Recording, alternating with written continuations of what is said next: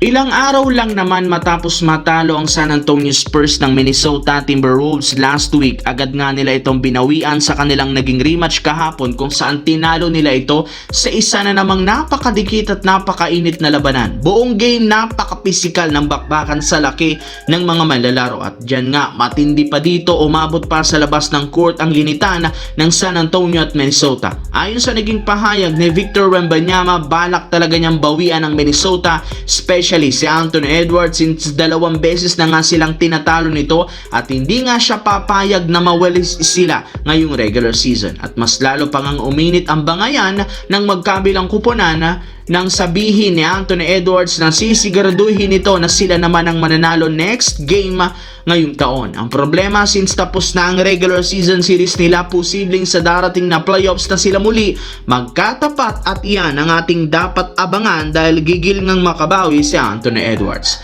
Samantala, aminado ang Los Angeles Lakers, hindi talaga proportionate ang record ng kanilang team ngayon kumpara sa pinapakita last month. Sobrang lamya ng opensa at depensa, lalo sa ilalim ng basket. Hindi sila nakakasabay sa tuwing tumataas ang pisikalidad. Kahit man hindi ganun kalakasan ng team, hindi pa sila umuubra.